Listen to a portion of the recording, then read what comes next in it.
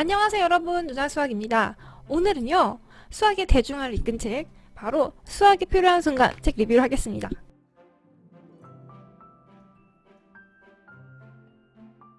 목차를 먼저 볼게요. 시작하며 수학은 무엇인가, 역사를 바꾼 세 가지 수학적 발견, 확률론의 성과학, 답이 없어도 좋다, 답이 있을 때 찾을 수 있는가, 우주의 실체, 모양과 위상과 계산, 숫자 없이 수학 이야기입니다. 1강은요 수학은 무엇인가? 네, 여기서 이런 부분이 나옵니다. 갈릴레오는 우리가 우주를 이해하기 위해서는 우주에 관해 쓰여있는 언어를 배우고 친숙해져야 하는데 그 언어는 수학적인 언어이다. 수학은 특정한 종류의 논리다, 사고가 아니라 우리의 일상과 우주를 이해하는 상식이라고 할 수 있습니다. 세상의 모든 곳에 수학이 필요하다는 내용이 나와요. 이 강은요 역사를 바꾼 세 가지 수학적 발견입니다. 세 가지 발견은 페르마의 원리, 뉴턴의 프린키피아, 데카르트가 제안한 좌표의 개념이 나옵니다. 수학의 굉장한 발전이 이뤄진 시기는요 17세기 과학혁명 시대였습니다. 그 가운데 과학의 수학화 현상, 발견이 많았죠. 이 중 페르마의 원리가 대표적입니다. 페르마의 원리는 빛의 굴절에 대한 원리입니다. 물과 공기가 있고요, 물 밖에 A라는 점이 있고 물 속에 B라는 점이 있습니다. 빛은 물을 만나서 굴절하기 때문에 직선으로 가지 않고 휘죠. 페르마는 빛은 시간을 최소화하는 경로로 진행한다 라고 했습니다. 시간을 최소화한다? 최적의 경로를 찾는다. 이게 바로 수학이죠.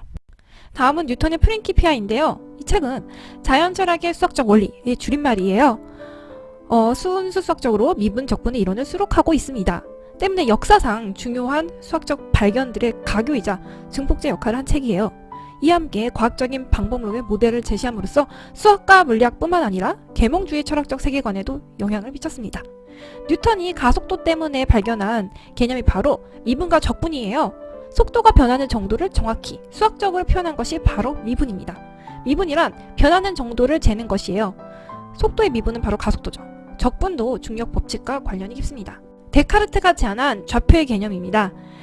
데카르트는 방법서설이라는 책에서 나는 생각한다, 고로 존재한다 라는 명언을 남겼습니다.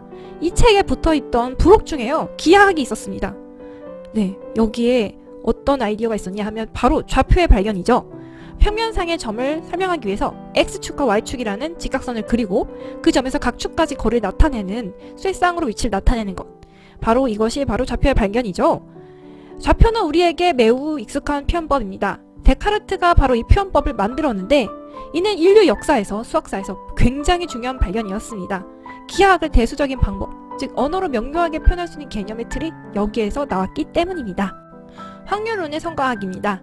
영국 산업혁명 시대의 사상가 벤덤은요 최대 다수의 최대 행복을 추구하는 공리주의를 창시했죠.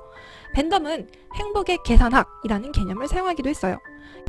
이는 스코틀랜드 계몽주의 창시자 중 하나인 프랜시스 허치슨의 윤리적 계산학에 힘입은 바가 많습니다.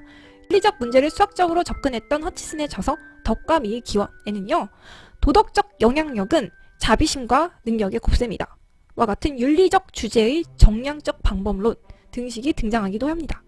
좀 더 앞선 시대의 인물은요 르네상스 시대의 루카 파치올라라는 인물입니다. 그는 회계학의 아버지라고 불리죠. 그의 가장 유명한 저서 산수, 기하학, 비례와 비례적인 것들의 대전에는요 산수, 대수, 기하의 당대의 수학적 지식을 집대성했고 회계에 대한 내용도 다루고 있습니다. 이 책에는 복식부기법이라는 방법론이 등장해요. 자산은 자본 플러스 부채죠. 회계학을 공부하려면 수학이 반드시 필요하다는 생각이 듭니다. 네 번째는 답이 없어도 좋다입니다. 대표자를 뽑는 가장 좋은 방법은 뭘까요? 수많은 선출 방법을 살펴보면 방법마다 다른 결과가 나올 수 있죠. 이 방법들은 다 틀린 걸까요? 완벽하다고 하지 못해서 포기하기보다는요 제한적인 조건에서 이해하는 것이 바로 수학적으로 중요합니다. 5강은요 답이 있을 때 찾을 수 있는가입니다. 19세기 청혼 문화에서는 남녀가 청혼, 약혼, 화혼, 결혼 이런 단계를 거치면서 짝을 찾는데요. 남녀를 짝을 지을 때 선호도만으로 안 되죠. 인기나 민기녀가 있기 때문이에요. 짝짓기를 위해서는요 깨지지 않는 게 가장 중요하고 지금 자기 짝보다 더 서로를 좋아하는 사람이 있으면 안 됩니다. 이를 수학적 모델링을 해보면 적어도 더 복잡한 상황에 대한 통찰을 줄일 수가 있습니다. 자, 여섯 번째는 우주의 실체의 모양과 위상과 계산입니다. 위상수학이란 점선, 삼각면 등 간단한 형태를 이어 붙여 만들 수 있는 모양들을 기호화하는 것이에요. 토끼나 도넛 이렇게 기여할 수 있겠네요. 18세기 수학자 오일러는 점선 삼각면으로 이루어진 임의의 물체가 있으면 이렇게 면의 개수, 선의 개수, 점의 개수라는 발견을 했습니다. 지금은 이를 물체의 오일러의 수라고 하죠. 오일러의 수는 정말 기발한 정의이고 수학적 발전에 미친 영향이 너무나 방대해요. 기하는 물론이고 대수, 정수론, 조합론, 함수론에 이르기까지 오일러의 수와 그 개념의 확장을 다양하게 활용하고 있기 때문입니다. 위상수학이라는 분야 자체가 오일러의 수의 정체를 밝힐 목적으로 개발됐다고 할 수 있습니다. 또한 기하계에 일어났던 혁명적인 사건들이 있었는데요. 첫 번째는 페르마와 데카르트의 원의 방정식, 즉 기하를 대수로 바꾸는 것이었습니다. 두 번째는 18세기 말 19세기 중반에 이뤄진 내면 기하에 대한 것입니다. 똑같은 면이지만 어떤 면은 평평하고 어떤 면은 휘어져 있고 두 번 휘어진 면도 있습니다. 하지만 새 모양을 내면 기하의 관점에서 바라보면 아무 차이가 없어요. 면 위에서 보면 거리의 차이가 없습니다. 이 장면을 보면요, 영화 인터스텔라가 떠올라요. 영화에서 보면 한 공간에서 천장에 논밭이 있고 사람들이 사는 공간이 마구 휘어져 있었잖아요. 세 번째는 알렉산더 그로탕디에크라는 수학자가 대수로부터 기하를 만드는 과정을 발견한 것입니다. 이런 과정 속에서 대수로부터 기하가 나온다는 이야기가 나오죠. 우리가 상상할 수 없는 기하를 표현하는 방법이기 때문입니다. 그것을 추상화해서 체계를 표현한 것이 바로 수학입니다. 이런 상상은 수학이 물리학을 생성한다든지 어쩌면 물리적 세계가 수학적 구조 그 자체라는 느낌이 들게 합니다. 자, 특강으로 숫자 없이 숫자를 이야기라는 재미있는 챕터가 있으니 놓치지 마세요. 마지막에 수학은 정답을 찾는 게 아니라 인간이 답을 찾아가는 데 필요한 명료한 과정을 만드는 일이다 라고 나옵니다. 수학이 무엇인가? 여전히 답을 말하기 어렵죠.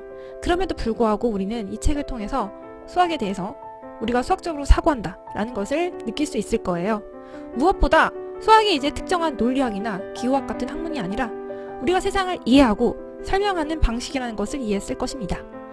일상의 문제에서도 정답부터 빨리 찾으려고 하기보다는요, 좋은 질문을 먼저 던지려고 할 때 바로 그것이 우리가 수학적으로 사고하는 것이다 라고 생각합니다. 구독, 좋아요 누르는 것은 수학이 필요하지 않으니 눌러주세요. 저는 더 도움이 되고 알찬 영상으로 돌아오겠습니다.